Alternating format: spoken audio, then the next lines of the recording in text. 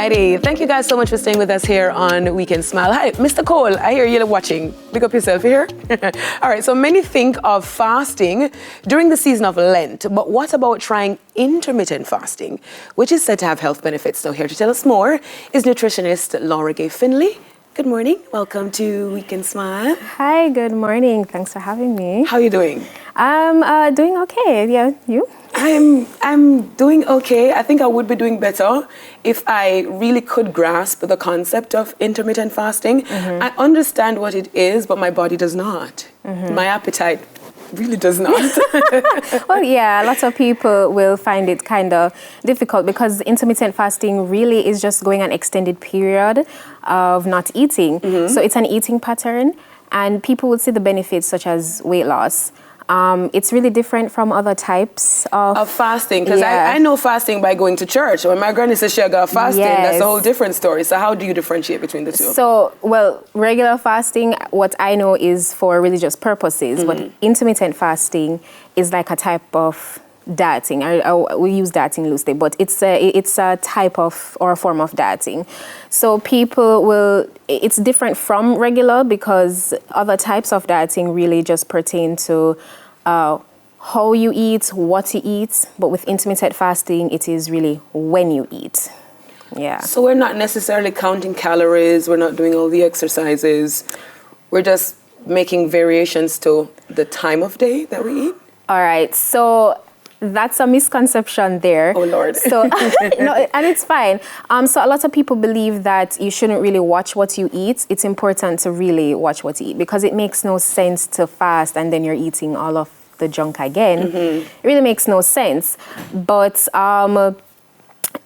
people can exercise while they're intermittent fasting. So, we kind of want to debunk something like that, but you should try and do light exercises. Mm-hmm. So that's really important. So you should try and get that through. Yeah, I thought I was going to get away with the no.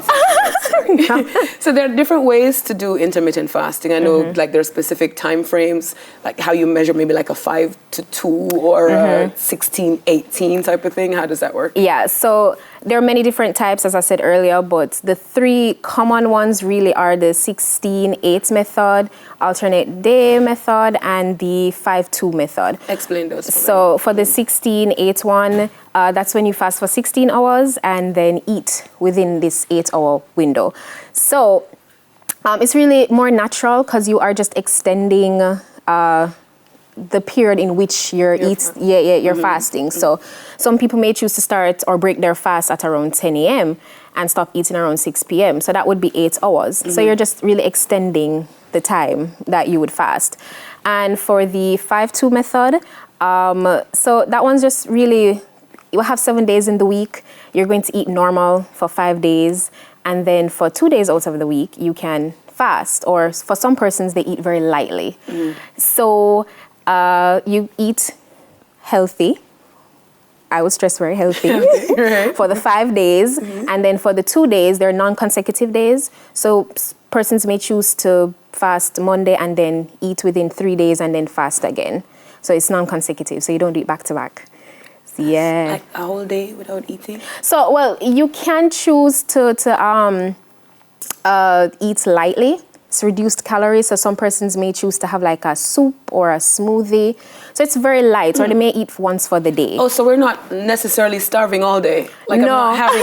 No. Girl, you just saved my life. I mean, the last one, you're probably starving because, well, I wouldn't say starving, but you're alternating days. So you'll eat Sunday, then you'll fast Monday, eat Tuesday, and then you'll fast on Wednesday. So that one is kind of different. That's alternate day. And there is no specific time of day when you're doing these. So if it is that, like the 16-8 that you mentioned, to extend the period in which you are fasting, which most people do at night because you're sleeping. Yes. What if I wanted to fast in the day and eat at night? Is there a difference? No, as long as you get within the 8 hours, but I wouldn't really recommend that you eat so close to when you're going to bed because within that time, your body needs, time to kind of rejuvenate and so on. So all that food in it. Yeah, so when you're eating and you're giving your body work when it should be resting. So I wouldn't advise to eat so close. So you mentioned weight loss as one of the benefits of intermittent fasting. What else? Because I just feel like I've tried it so many times. I attempt it by having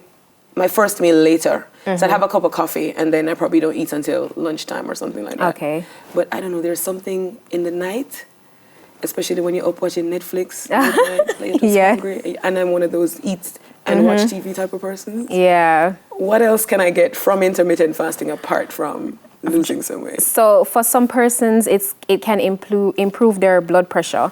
For others, you may see like reduced inflammation. So, some persons may have swelling and redness in some areas. You find that it will be reduced. So those are really just some of the benefits that I can remember. But yeah. How do we get started? Because a lot of us like to just go cold turkey.